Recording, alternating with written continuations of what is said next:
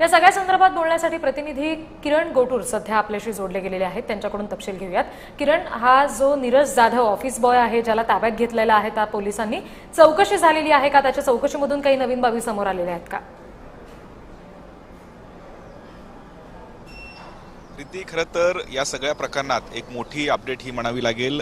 नीरज जाधवला आताच काही वेळापूर्वी नाशिक क्राईम ब्रँचने ताब्यात घेतल्याची माहिती मिळते आणि या सगळ्या प्रकरणी नीरज जाधवची कसून चौकशी आता नाशिक क्राईम ब्रँचकडनं हे सुरू असल्याचं आपल्याला बघायला मिळतं। कारण अशोक खरातकडे नागरिकच नव्हे तर मोठमोठे राजकीय नेते सुद्धा भविष्य पाहण्यासाठी जे येत होते, अशा पद्धतीचं गेल्या 2-3 दिवसांपासून चित्र आपल्याला पाहायला मिळतोय। अनेक राजकीय नेत्यांसोबत फोटो जे आहेत ते अशोक खरातचे व्हायरल झालेले होते आणि त्यानंतर या सगळ्या प्रकरणी म्हणजे ज्या व्यक्तीने हे व्हिडिओ हे व्हायरल केल्याचा संशय आहे तो नीरज जाधव नेमकं कुठं आहे हा प्रश्न जो आहे तो उपस्थित होता आणि आता काही वेळा आधीच नीरज जाधवला नाशिक क्राईम ब्रँचने ताब्यात घेतल्याची माहिती मिळते। हा नीरज जाधव खरं तर अशोक खरातच्या ऑफिसमध्ये काम करायचा आणि याच नीरज जाधवने या अशोक खरातच्या ऑफिसमधून CCTV फुटेज हे घेतल्याचं सुद्धा संशय आहे आणि त्यानंतर त्यांनी नीरज जाधवने जे अशोक खरातला जे तुमचे व्हिडिओ आहेत ते मी व्हायरल करेन अशा पद्धतीचं धमकी देत या अशोक खरातकडे खंडणी मागितली आणि त्यानंतर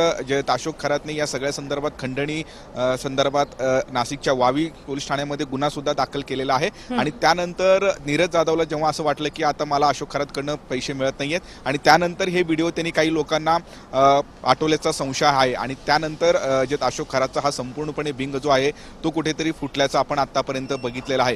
मागच्या 1 महिन्यापासून नीरज जाधव हा गायब होता आणि त्यानंतर आता काही वेळापूर्वी नीरज जाधवला नाशिकच्या क्राईम ब्रँचने ताब्यात घेतल्याचं आपल्याला बघायला मिळतोय। त्यामुळे आणखीन किती व्हिडिओ आहेत, कुणाकुणाच्या महिलांसोबत गैरकृत्य या अशोक खरातने केलेलं आहे, आणखीन काही महिलांवरती अत्याचार झालेला आहे का, खरं तर या सगळ्या संदर्भात या नीरज जाधवकडनं नाशिक क्राईम ब्रँच आता माहिती घेत आहे अशा पद्धतीचं माहिती मिळते। त्यामुळे नीरज जाधवकडं अजून काय काय माहिती मिळतो हे बघणं महत्त्वाचं असणार आहे कारण आज जे SIT टीम सुद्धा नाशिकमध्ये दाखल झालेली आहे। खरं तर या संपूर्ण प्रकरणाची चौकशी करत असताना या अशोक खरातचे 100हून अधिक व्हिडिओ आहेत अशाही पद्धतीची माहिती सूत्रांनी दिलेली आहे। त्यामुळे आता नीरज जाधव गेल्या अनेक वर्षांपासून अशोक खरातकडे काम करत होता, तिथे भविष्य पाहण्यासाठी कोण कोण येत होते, कुठल्या कुठल्या महिलांसोबत अशा पद्धतीचं गैरकृत्य झालेलं आहे हे सगळं नीरज जाधवला माहिती असण्याची शक्यता आहे आणि त्याच अनुषंगाने क्राईम ब्रँच जे नाशिकचं क्राईम ब्रँच आहे ते आता तपास करताना आपल्याला बघायला मिळतोय। अगदी किरण, पण या सगळ्यामध्ये SIT कडून त्याची चौकशी होणं या क्षणाला तितकंच महत्त्वाचं असेल कारण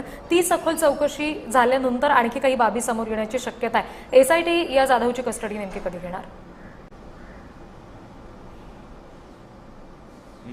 अर्थातच या सगळ्या प्रकरणाची व्याप्ती खूप मोठी आहे कारण अशोक खरातचे जे क्लायंट्स होते ते अत्यंत VIP आणि VVIP अशा पद्धतीचे क्लायंट्स होते। आतापर्यंत ही माहिती हे मिळत आहे कारण अनेक मोठे राजकीय नेते सुद्धा भविष्य पाहण्यासाठी या जे अशोक खरातकडे यायचे, फक्त राजकीय नेतेच नव्हे तर प्रशासनाचे मोठे अधिकारी सुद्धा या अशोक खरातकडे आपलं भविष्य पाहण्यासाठी जात होते आणि अनेक अधिकाऱ्यांसोबत आर्थिक व्यवहार सुद्धा या एकूणच अशोक खरातचे झालेले आहेत अशाही पद्धतीची सूत्रांनी माहिती दिलेली आहे। पण अधिकृत माहिती अद्याप समोर आलेली नाही, पण आर्थिक व्यवहार हे मोठ्या प्रमाणात झालेले आहेत अशा पद्धतीची माहिती मिळते। मागच्या 2-3 वर्षांपासून हे कोट्यवधी रुपयांचा जो माया आहे या बाबाने हे जमवल्याचा संशय आहे आणि या सगळ्या अनुषंगाने मोठ्या प्रमाणात आर्थिक जे उलाढाल असेल किंवा महिलांसोबत झालेलं गैरकृत्य असेल, जे CCTV आता येत आहेत ही धार्मिक विधीच्या नावाखाली हा बाबा जो आहे तो महिलांशी गैरकृत्य करायचा अशा पद्धतीचा एक डाऊट जो आहे तो आता पोलिसांना आहे आणि त्यामुळेच राज्य सरकारने काल या सगळ्या प्रकरणाची सखोल आणि अत्यंत खोल जे इन्क्वायरी करण्यासाठी